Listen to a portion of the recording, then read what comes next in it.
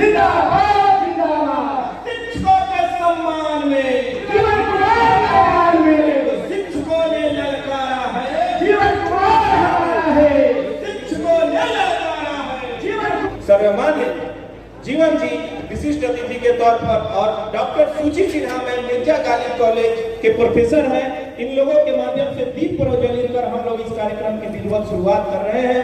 आप दीप प्रज्वलित में आप तमाम हमारे विशिष्ट अतिथि और मुख्य अतिथि को देख पा रहे हैं और हम आप सबों को, आपके धैर्य को सैल्यूट करते हैं, धन्यवाद देते हैं, आभार प्रकट करते हैं कि इतने देर से इस कड़ाके की धूप में जहानाबाद, अरवल, दाऊदनगर, गया और तमाम मगध प्रमंडल के विभिन्न स्कूलों से आप यहाँ शिक्षक भी, बुद्धिजीवी लोग, विचारवान लोग यहाँ उपस्थित हुए हैं। आप सबों का हृदय से आभार और जोरदार तालियों से स्वागत करिए आज के इस कार्यक्रम का।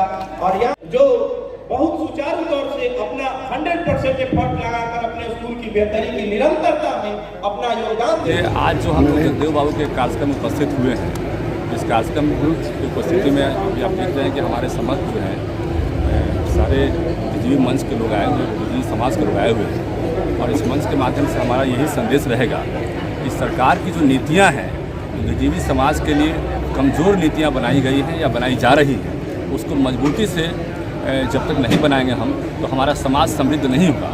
और समृद्ध समाज के लिए, समृद्ध बिहार के लिए सरकार की मजबूत नीतियाँ बुद्धिजीवी समाज के लिए होना बेहद ज़रूरी है। आज मैं देख रहा हूँ चाहे कॉलेज की स्थिति हो, कंस्टिट्यूएंट कॉलेज की स्थिति हो, वित्त रहित कॉलेज की स्थिति हो या फिर गवर्नमेंट हाई स्कूल में जहाँ पे आज के डेट में नियोजित शिक्षकों की बहाली हुई है, तो सभी जगह स्थितियाँ कमज़ोर है और हर जगह लोग परेशान हैं। और एक तरफ हम गुणवत्ता की बात करते हैं सरकार में कि गुणवत्तापूर्ण शिक्षा होनी चाहिए और दूसरी तरफ हम उन लोगों को प्रताड़ित करने का काम करते हैं या उनके चिंताओं को हम नहीं देखते हैं। तो ये दोनों बातें एक साथ नहीं हो सकती है। जब हम एक तरफ गुणवत्तापूर्ण शिक्षा की बात करते हैं, समृद्ध बिहार की बात करते हैं, हम ये सोचते हैं कि तक्षशिला जैसा फिर दोबारा हमारा जो है यहाँ पे इंस्टीट्यूशन हो जाए, तो निश्चित रूप से वहाँ के जो प्रोफेसर्स हैं, वहाँ के जो टीचर्स हैं, उनकी मूलभूत सुविधाओं को हमें ध्यान रखना होगा और उनकी चिंताओं पर हमको चिंता करनी होगी और उसके अनुरूप हमें नियम और कानून बनाना होगा और तभी जाके इन सब चीज़ों को हम देख सकते हैं, समझ सकते हैं। और आज हम जिस कामना से हम ये सोचते हैं, समृद्ध बिहार की बात करते हैं, तो वो हमारा पूरा हो सकता है। मैं देख रहा हूँ गवर्नमेंट की जो स्कूलें हैं वहाँ पर शिक्षकों की बहुत कमी है। 2006 की मैं बात थोड़ी याद दिलाना चाहता हूँ। 2006 में जब सरकारी टीचर्स काफ़ी कम हो गए थे +2 स्कूल में या फिर गवर्नमेंट हाई स्कूल में, वहाँ पर आनंद फानन में 2005 में जब एनडीए की सरकार बनी थी तो शिक्षा को सही ढंग से चलाने के लिए नियोजित शिक्षकों की बहाली हुई थी और एडहॉक बेसिस पे एक तरह समझिए कि उनकी बहाली हुई थी, लेकिन बाद में उनको परमानेंट करने का कोई प्रोविजन ही रह गया। बहुत सारी नियमावली बनी थी, सेवा शर्तें बनी थी, लेकिन उन सेवा शर्तों में, नियमावली में बहुत सारा चेंजेस नहीं हुआ। उस वक्त ये हुआ था कि भाई स्कूलें जो काफ़ी स्कूलें बंद हैं उसको चालू करने के लिए, सुचारू रूप से एजुकेशन सिस्टम को ठीक करने के लिए, उसको पटरी पर लाने के लिए तात्कालिक रूप से नियोजित शिक्षकों की बहाली की जाए और उसको जो है फिर बाद में हम लोग ठीक करेंगे। लेकिन आज तक वो व्यवस्था वैसे ही व्यवस्था रह गई। अब मैं देख रहा हूँ कि आज बहुत सारी मांगों को लेकर नियोजित शिक्षक जो है हमेशा सड़क पर उतरते हैं, सदन में आशा करते हैं कि हमारी बातों को रखा जाए, लेकिन उनकी बातों को भी सदन में नहीं रखा जाता है। नमल बाबू को देखते हैं, कभी कभी कुछ बातों को रखते हैं, लेकिन मैं बाकी लोगों को देखता भी नहीं हूँ कि उनकी बातों को रखा जाता है। बहुत सारी ऐसी चीज़ें हैं, मैं बता रहा हूँ छोटा सा एग्जाम्पल के रूप में। मैं 500 से अधिक हाई स्कूलों में गया हूँ। कई जगह ऐसा हुआ है जहाँ पे एक ही जगह पे प्राइमरी स्कूल है, एक ही जगह पे हाई स्कूल है और वहाँ प्राइमरी स्कूल के टीचर का पेमेंट ज़्यादा है और हाई स्कूल के टीचर का पेमेंट कम है। ये कहीं से भी न्याय उचित नहीं है कि आप अब ये नहीं कहते हैं कि प्राइमरी स्कूल के टीचर का पेमेंट कम कर दीजिए, हम ये कभी नहीं कहते हैं, लेकिन हमारा कहना है कि जितनी ऊंची शिक्षा होनी चाहिए उतना वेतन होना चाहिए और उसके अनुरूप वेतन होना चाहिए। आप हायर क्लासेस में जाते हैं, आप प्रोफेसर की बात करते हैं तो उनसे थोड़ा ऊंचा हो गए तो उनका भी वेतन उनसे ऊंचा होना चाहिए। तो एक मतलब समानुपातिक राशि जो है मिलना चाहिए, जिससे समाज में हम अपने आप को कुंठित महसूस नहीं करें।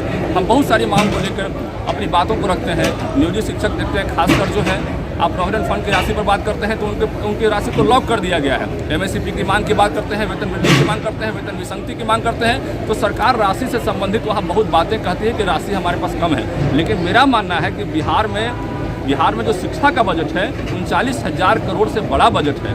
हमारा ये कहना है कि जब उतना बड़ा बजट में आप अब इस जो राशि जो आप निकालते हैं बजट के माध्यम से, उस राशि को खर्च कहाँ करते हैं? तो हमें लगता है कि राशि जो खर्च हो रही है वो डीबीटी के माध्यम से मैक्सिमम राशि खर्च हो जा रहा है और शिक्षकों पर पैसा कम खर्च हो रहा है। हमारा कहना है कि जब 15-16% पैसा शिक्षकों पर खर्च करते हैं, उसमें से थोड़ी राशि बढ़ा दीजिए तो ये बहुत सारी मांगे जो शिक्षक की हैं, अब गेस्ट टीचर की बात करते हैं, नियोजित की बात करते हैं, वित्त रहित शिक्षक की बात करते हैं, तो उनकी मांगे आप पूरी कर सकते हैं और निश्चित रूप से एक समाज में समृद्ध वातावरण बनेगा और शैक्षणिक माहौल जो धीरे धीरे उसका स्तर नीचा होते जा रहा है वह मजबूती से फिर से उसमें निखार आ जाएगी। हमारा आपके माध्यम से, आपके चैनल के माध्यम से आग्रह है सरकार से कि इन नीतियों पर मजबूती से विचार करे। अभी मैं बता रहा हूँ कि कई जगह ऐसा मुझे देखने को मिला है कि कहीं दूर दराज से रिमोट एरिया में शिक्षक पहुँच रहे हैं, एक्सीडेंट होता है तो उनके लिए बेहतर व्यवस्था नहीं है। सरकार को ये बेहतर व्यवस्था करने के लिए कम से कम 1-2 की एक्सीडेंटल राशि का उनको इंश्योरेंस करवाना चाहिए। तो इन छोटी छोटी चीज़ों पर सरकार को ध्यान देना होगा।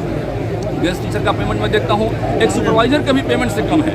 आप बताइए कि एक सुपरवाइजर के पेमेंट से कम गेस्ट टीचर को मिलता है पैसा और वो पीएचडी होल्डर कई जगह है। अब बताइए, आप ही से मैं पूछता हूँ कि क्या यह न्यायोचित है? निश्चित रूप से यह न्यायोचित नहीं है। तो इन चीज़ों पर मजबूती से, गंभीरता से विचार करना होगा और इन चीज़ों पर गंभीरता से नहीं विचार करने के कारण ही आज जो स्थिति में पहले थे आज भी वही स्थिति है। इन चीज़ों में बदलाव लाने के लिए हमें एकजुट होकर मजबूती से सरकार से बात करना होगा। सरकार इसको इग्नोर नहीं कर सकती है। हमारा कहना है कि 2,37,000 करोड़ से ऊपर का सरकार का बजट है और उसमें उस बजट का बड़ा भाग जो है शिक्षा विभाग पर खर्च होता है, लेकिन शिक्षा विभाग पर केवल नाम का खर्च होता है।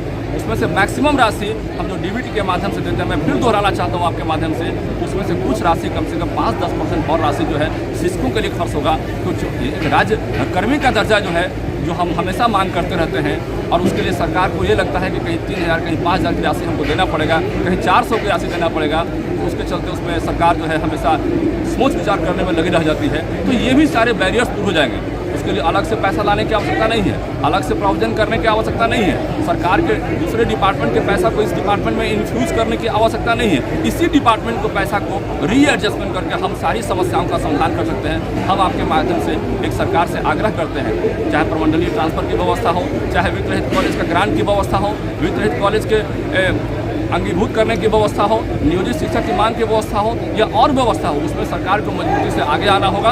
और हम नहीं सरकार आगे आएगी तो हम लोग मजबूती से आगे आएंगे और सरकार को हमारी बात को मानना होगा और निश्चित रूप से हर समस्याओं का समाधान होगा। धन्यवाद। सेवा संकल्प जीवन का जी संकल्प क्या है? तात्पर्य अभी मैंने बता दिया कि सरकार यदि शिक्षकों की मांग को नहीं मानती है तो निश्चित रूप से सेवा संकल्प जीवन का है और मार्ग निर्देशन गुरुजनों का है। जो आज हमारे समाज में शिक्षित वर्ग है उनका जो निर्देशन होगा उसके अनुसार हम चलने के लिए तैयार हैं और संकल्पित है अंदर से और दृढ़तापूर्वक संकल्पित है। इसलिए मैंने अपने देखा होगा कार्ड में भी लिखा है कि मार्ग निर्देशन शिक्षक जनों का और सेवा संकल्प जीवन कुमार का। जी धन्यवाद सर।